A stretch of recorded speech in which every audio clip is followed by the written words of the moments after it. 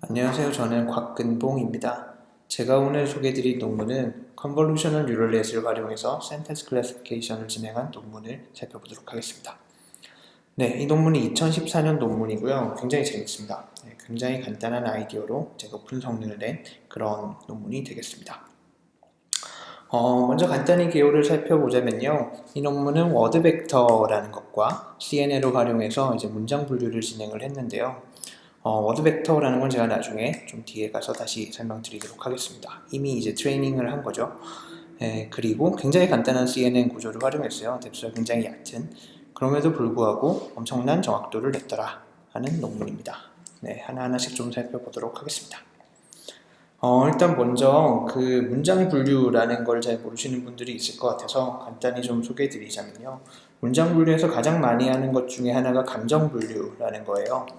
예를 들면 어떤 문장이 긍정적인 문장이냐 혹은 부정적인 문장이냐 혹은 조금 더 깊게 들어가면 뭐 강한 긍정이냐 강한 부정이냐 이런 거를 좀 알려주는 그런 문제가 되겠고요.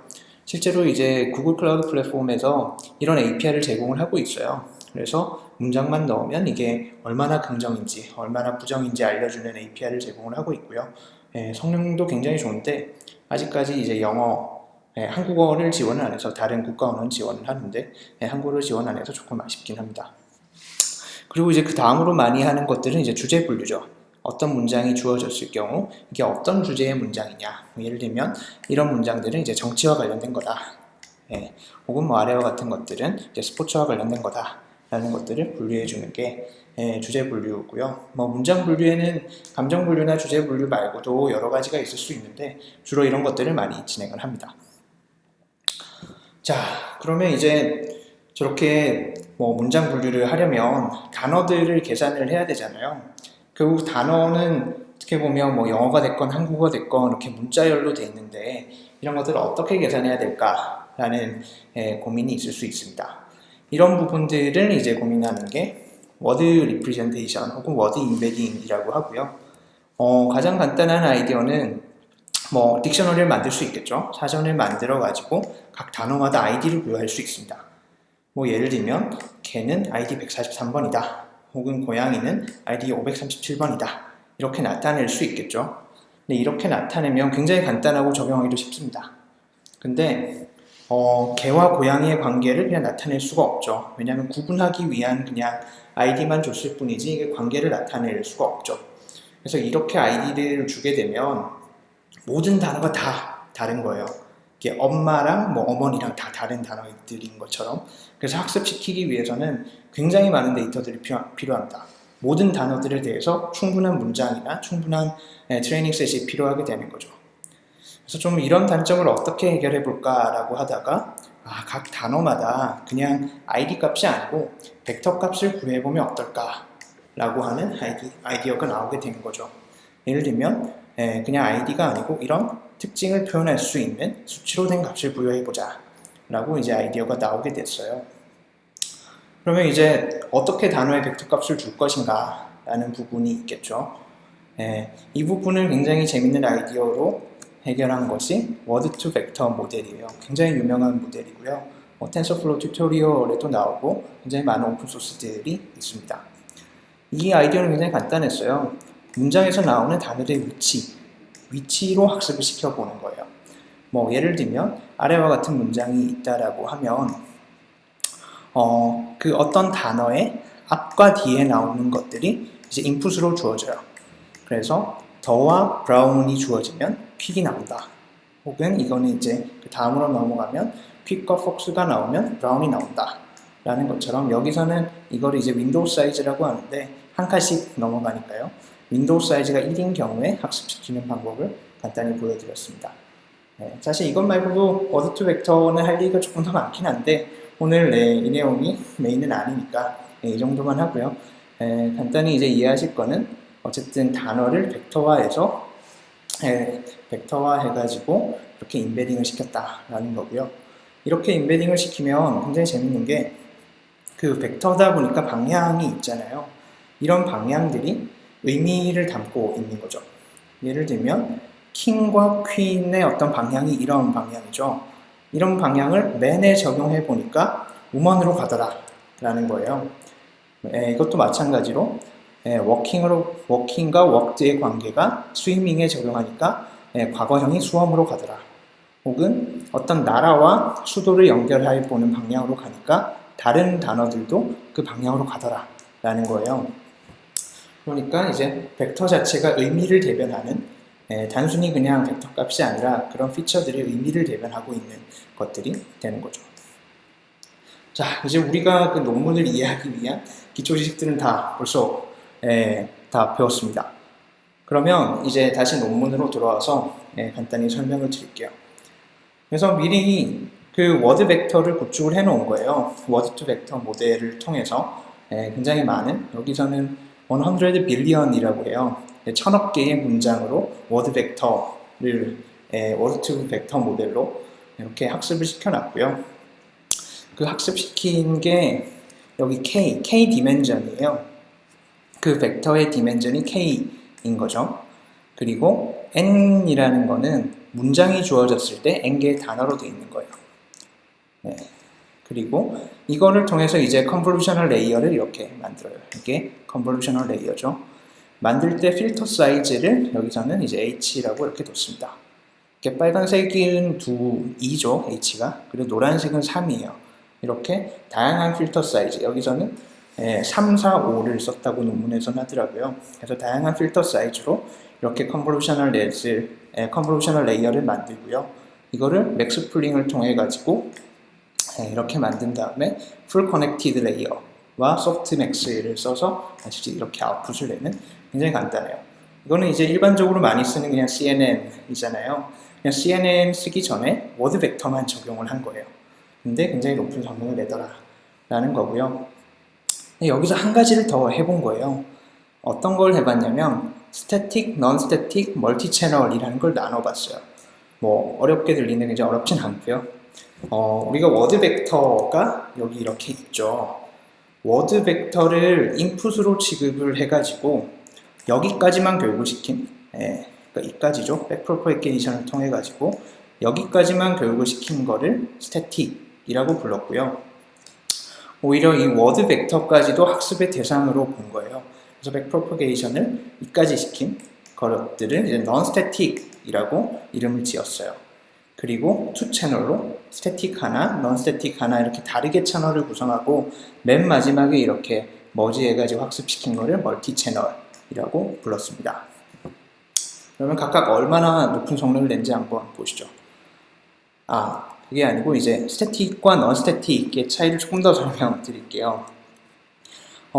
일단 스태틱은 말씀 제가 드린 대로 이미 워드 벡터, 교육시킨 워드 벡터를 쓰고 이걸 인풋으로 취급했기 때문에 얘는 변하지 않은 거였고요. non-static은 워드 벡터 그 자체도 학습의 대상으로 본 거죠. 제가 아까 앞에서 말씀드렸던 것처럼 그 워드 투 벡터 모델이 그 단어들의 위치를 통해서 그 벡터를 주다 보니까 bad와 유사한 단어를 보면 good, terrible, horrible, lousy 이런 게 오는 거예요. 어떻게 bad와 good이 비슷할 수 있냐? 근데 워드 벡터에서는 위치만 보는 거죠. 왜냐면 bad가 올 자리에 good이 오더라도 사실 문장이 되는 경우가 많잖아요. 그러다 보니까 bad와 good이 같은 위치에 자주 나오니까 이게 비슷한 워드다 라고 워드 투 벡터에서는 얘기를 해요. 근데 non-static 모델, 아까 특히나 감정 분류 같은 데서 non-static 채널을 활용해서 워드 벡터를 학습시키면 bad와 유사한 것들로 이렇게 나열이 돼요. 굿에서도 원래 bad나 이런 것들이 있었는데 다 빠졌죠. 이런 식으로 non-static으로 학습을 시키니까 워드 벡터가 의미를 더 잘 이해하게 되더라 라는 부분이 있습니다. 그러면 이제 얼마나 높은 성능을 냈는지 한번 보시죠. 여기서 CNN 랜드는 워드 벡터를 쓰지 않은 거예요. 그냥 워드를 벡터 값이긴 한데 랜덤 벡터 값을 쓴 거죠. 워드 투 벡터 모델을 쓴 게 아니고 스태틱은 워드 투 벡터 모델만 쓴 거, non-static은 그 벡터 자체에도 학습시킨 거, 그리고 멀티 채널을 이 두 개를 합친 거입니다. 근데 그냥 CNN 랜드만 해도 그렇게 성능이 나쁘진 않아요. 다른 것들에 비해서 물론 좀 떨어지긴 하지만 그리고 스태틱부터 해서는 굉장히 높은 성능들을 내죠. 여기서 MR이라는 거는 무비 리뷰 어떤 코퍼스라고 하거든요. 어떤 말뭉치나 문장들이 이미 트레이닝 셋으로 많이 주어진 그런 것들을 썼다는 거고요. 여기 있는 이 세 개의 말뭉치들, 코퍼스들은 아까 얘기했던 감정 분류 쪽이에요. 센티멘트 어널리시스 쪽이라서 아까 말씀드린 것처럼 스태틱만 쓰면 그 배드와 굿을 구분하지 못하죠.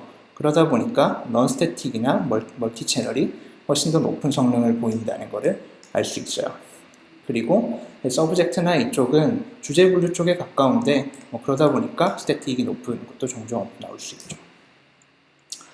자, 이렇게 보다 보니까 이렇게 끝내긴 좀 아쉬워서 제가 한국어 문장 분류에도 이렇게 CNN과 워드 벡터를 활용하면 높은 성능을 낼 수 있을까가 궁금했어요. 그래서 좀 찾아보니까 이미 이런 연구를 한 곳들이 있더라고요. 먼저 좀 참고하실 수 있는 게 한국어에 적합한 단어 인베딩 모델 및 파라미터 중에 관한 연구라는 논문이 있습니다. 여기에서는 워드 투 벡터를 이제 한국어에 적용하는 부분이 나와요. 근데 한국어는 영어랑 조금 다르게 영어는 그냥 띄어쓰기로 스플릿만 해도 단어라고 나눌 수 있잖아요.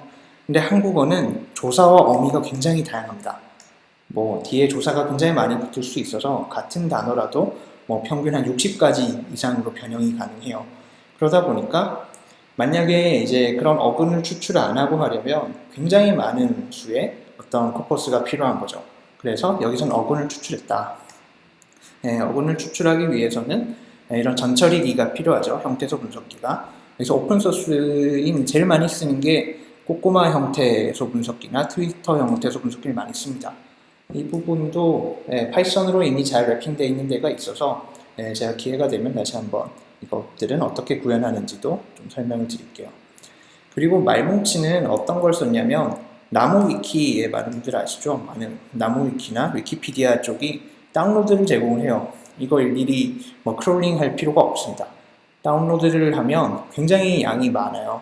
그리고 굉장히 다양하죠. 어떤 한 주제뿐만 아니라 굉장히 넓은 주제로 돼 있다 보니까 이 부분을 활용할 수 있고요. 그리고 좀 나무 위키가 훨씬 더 현대적인 용법을 많이 사용해요. 그래서 위키피디아보다는 나무 위키가 조금 더 높은 성능을 내더라 하는 연구였고요. 그리고 다른 어떤 논문도 제가 찾아봤는데 실제로 CNN을 그 데이터 분류 쪽에 써본 거예요. 근데 써봤는데 여기서 보시면 알겠지만 CNN이 높은 성능을 내는 건 맞아요. CNN이 높은 성능은 냈는데 워드 투 벡터를 쓴 거랑 그냥 랜덤 값을 한 거랑 그 차이가 없더라 라는 거예요. 왜 한국어는 이렇게 차이가 없을까? 영어는 아까 워드 투 벡터를 쓴 게 굉장히 높은 성능을 냈었는데 한국어는 왜 차이가 없을까? 제가 좀 궁금했는데 여기서 나온 설명은 그랬어요. 그래서 일단 대용량 텍스트 데이터였어요. 그래서 한 68만 건, 65만 건 이상이 굉장히 많은 문장으로 학습을 시키다 보니까 워드 투 벡터가 어떤 새로운 피처를 줄 수는 있지만 이렇게 굉장히 많은 수의 코퍼스가 있는 경우에는 사실 그 코퍼스가 학습시키는데 충분하기 때문에 워드 투 벡터의 피처가 그렇게 큰 어떤 역할을 하지 못한 게 아닐까라는 부분도 있었고요. 그리고 다양한 모델을 실험을 했어요. 다양한 모델이 아니고 다양한 카테고리를 시험을 했어요. 그래서 카테고리가 굉장히 다양하다 보니까 같은 단어라도 굉장히 중의적인 표현이 많을 수 있는 거죠. 다른 뜻으로 쓰일 수 있는 게 많은 거죠. 그러다 보니까 또 워드 투 벡터의 어떤 그런 피처가 제대로 역할을 하지 못한 게 아니겠느냐라는 가설이 있었습니다. 근데 저는 좀 아쉽긴 해요. 이게 왜 이렇게 나왔는지 아직 제가 잘 이해는 안 돼서 그래서 저희 NBT에서 제가 다니는 회사에서 재밌는 데이터들이 많아요. 실제로 이제 컨텐츠의 카테고리를 분류한 게 한 5만 건 정도 저희가 직접 태깅을 한 게 있어서 그쪽을 제가 구축을 해보고 있어요. 실제로 이제 아까 제가 지금 소개해드리고 있는 이 논문의 기법을 써가지고 얼마나 성능이 개선되는지 작업을 진행을 하고 있습니다. 그래서 혹시 궁금한 점이 있으시면 제 메일로 언제든지 주셔도 되고요. 제가 작업하고 있는 주소가 여기 GitHub 주소가 있으니까 이걸 한번 참고해보셔도 좋을 것 같습니다. 아직까지 이제 시작한 지 얼마 안 돼서 볼 게 많지는 않은데 저희 회사의 어떤 실제 데이터를 가지고 작업을 하고 있다 보니까 혹시나 데이터에 대해서 궁금하신 분들도 언제든지 연락 주시면 감사하겠습니다. 네, 제가 오늘 소개할 내용은 여기까지입니다. 감사합니다.